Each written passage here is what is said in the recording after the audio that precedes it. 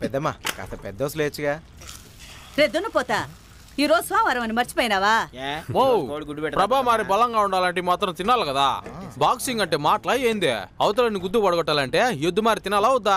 ఎద్దులా తింటాం, మొద్దులా పడుకోవడం, ఇదేరా మీ పని? మీడు మాలం పట్టినారా మీరు? ఒరే ప్రభా, మీ నాయన కూడా ఇట్లనే కొట్లట్లకు పోయి మనల్ని అన్యాయం చేసేసినాడు. నువ్వైనా బాగుపడితే నాకు అంతే చాలు. రే ప్రభా, అమ్మ మా ముందు నిన్నెట్టా తిడితే తిట్టింది గానీ పోరా పాట నా స్కూల్ పిల్ల ముందు తిట్టుంటే చిన్న కథ కదా. యో రే ఖాళీ అన్నయ్య, నన్ను ఇంకోసారి స్కూల్ పిల్ల అంటే గూపు పక్కలు కొడతాను. నా క్లాస్మేట్స్ పిల్లలు కూడా స్కూల్కి వెళ్తున్నారు, LKG. నన్ను స్కూల్ పిల్ల అంటావా? సరే సరే, నాకు లేట్ అవుతుంది. ప్రభా, నన్ను డ్రాప్ చేస్తావా లేదా? ఒంటరిగా వెళ్ళాలంటే భయంగా ఉంది. పగటిపూట భయం దేనికి మే? నీకు అర్థం కాదులే అత్త. బయలుదేరు. రే రే, తినేసిపోరా. వచ్చాక తింటారులే. నువ్వు పెళ్ళయ్యాకొచ్చేది ఇంటికేగా, అప్పుడు చెప్తా నీ సంగతి. ఈ తింగర్దేదో వాగుతుందంటే నువ్వు కూడా నా అమ్మ. నీకు తెలుసా, ఈరోజు పొద్దున్నే స్కూల్ కి రెడీ అవుతున్నానా, అప్పుడు మా అన్నయ్య ఏం చేశాడు అనుకుంటున్నావు?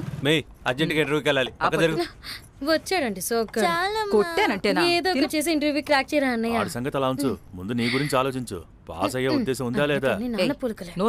షర్ట్ అక్కడ పెట్టినా. ఏంద్రా ఇదే కొత్తదా? బాగుందా నాన్న? ఎవరిది? నీదా? మీకే నాన్న. నాకా? వేసుకుని చూడండి. నాకు దేనికిరా? కొత్తగా ఇదేంది? రే బాగా కనిపిస్తుందిరా. కళ్ళు టెస్ట్ చేసుకొని ప్రిస్క్రిప్షన్ జేబులో పెట్టుకుంటే సరిపోదు, కళ్ళజోడు కూడా కొనాలిగా. అది సరే గానీ దుడ్డాడిదే, ఉన్న ఖర్చులు చాలా ఉన్నట్టు ఇప్పుడు ఇదోట. ఒకటి ఎదిగాక కూడా ఇంట్లో ఖర్చుల గురించి పట్టించుకోకపోతే వాడు మనిషే కాదు నాన్న. పైగా మీరు స్టైలిష్గా ఉంటారని తీసుకొచ్చా.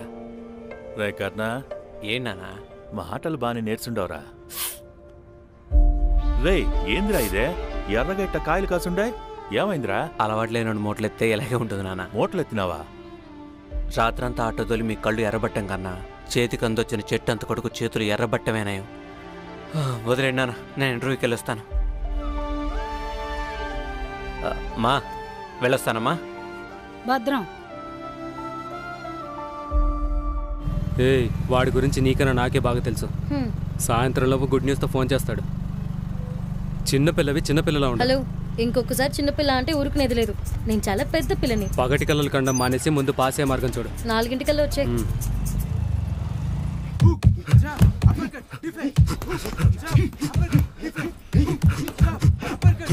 ఫుల్ ఫోర్స్ తో పంచిపు బుక్కివరా ప్రభా. బాక్సింగ్ అనేది దేహదారుఢ్యాన్ని చూపించే క్రీడే కాదు, మానసిక దృఢత్వాన్ని చూపించే క్రీడ కూడా. స్పోర్ట్స్ కోటాలో పోలీస్ జాబ్ కొట్టాలంటే ఖచ్చితంగా ఈ టోర్నమెంట్ లో నువ్వు గెలవాలి. ఏంటే పొద్దున్నే కొరియన్ పాట పాడుతున్నావు?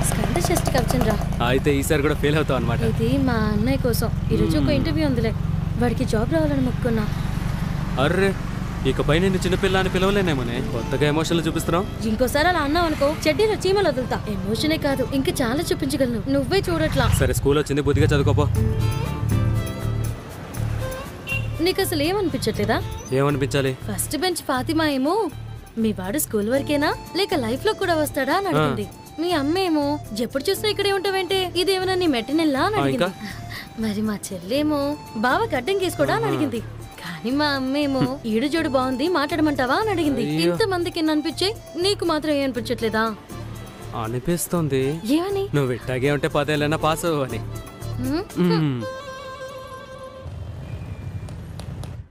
తెల్లారి ఇంటర్వ్యూకి పోయినావే, ఏమైందే? 1,00,000 రూపాయలు లంచం అడుగుతున్నారు. పోరాడి పోరాడి అలసిపోయాను. నాకు వేరే దారి కనిపించట్లేదు. నేను మీతో పాటు లోడెత్తడానికి వస్తాయి. ఏం మాట్లాడుతుంటావురా? ఇంకోసారి ఇలా వాగినావంటే పళ్ళు రాలుతాయి. కష్టపడి చదివిస్తే కూలి పనికి వస్తావా? ఏందే ఇదే? ఇది ఎందుకైనా నేను ఇంకా ఉండేదే. అరే నాయన, కళ్ళు తుడుచుకోరా, కళ్ళు తుడుచుకో. ఇప్పుడేమైందన్నా ఏడుస్తాంటావు? కన్నా, నేను చెప్పేది జాగ్రత్తగాను. నువ్వు బాగా ప్రిపేర్ అవు. ఎన్ని పరీక్షలన్నా రాయి, ఎన్ని ఇంటర్వ్యూల కన్నా అటెండ్ అవు. నీకు ఖచ్చితంగా ప్రభుత్వ ఉద్యోగం వస్తుందిరా. వచ్చేదాకా వదిలిపెట్టద్దు. నువ్వు చదువుకో, నీకు నేనున్నా నాయనా, ధైర్యంగా ఉండు. కొన్ని దినాలు మీ మేనమావ ఇంటికి పోయిరా, మిగతా నేను చూసుకుంటాలే.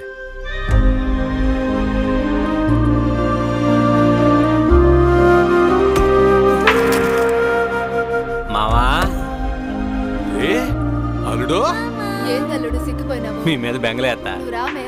బాగా ఎట్టున్నాడబ్బా? బాగుండారు మా వ్యాపారం బానే ఉండదా? బానే సాగుతుంది. ఏంది మెత్తగా ఉండవు? ఈ పాటికి నీకు ఫోన్ వచ్చి ఉండాలి. నాకంతా చెప్పినారు అల్లుడు. ఈ మాత్రం దానికి బేజారైతే ఎట్టా? చిన్నప్పటి నుంచి కష్టపడి చదివి మంచి మార్కులతో పాస్ అయి ఉండవు. నీ కాకపోతే ఇంకెవడికి ఇస్తాడు ఉద్యోగమో? మీ అత్త సంగటి చేసింది, అది తిందురా.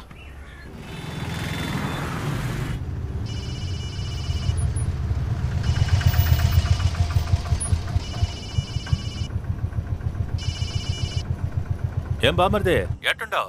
బానే ఉన్నాను బావా. ఏంటి విషయం? నిన్న తెల్లారే కొండ మీదకి చెట్లు కొట్ట ఎందుకు పోయిండమ్మో?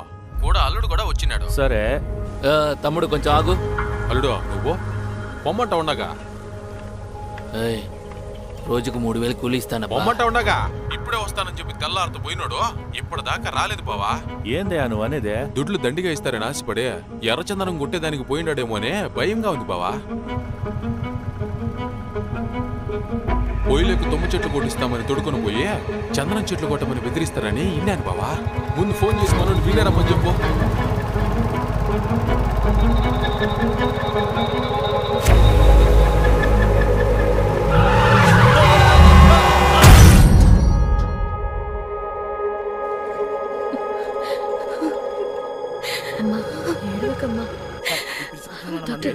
మా నాన్నకి ఇప్పుడు ఎలా ఉంది? అయ్యా మా ఆయన నెట్టగొట్ట బతికించండి అయ్యా. కంగారు పడకండమ్మా, మా ప్రయత్నం మేము చేస్తున్నాం. భయపడకండి. అయ్యా నాన్నకేం కాదు, నేను ఉన్నాను కదా.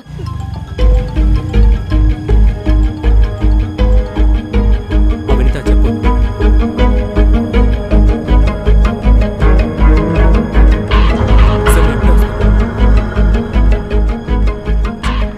అన్న ఐసీయూ ఎక్కడ? అటు సైడ్ తమ్ముడు. వినిత ప్రభా,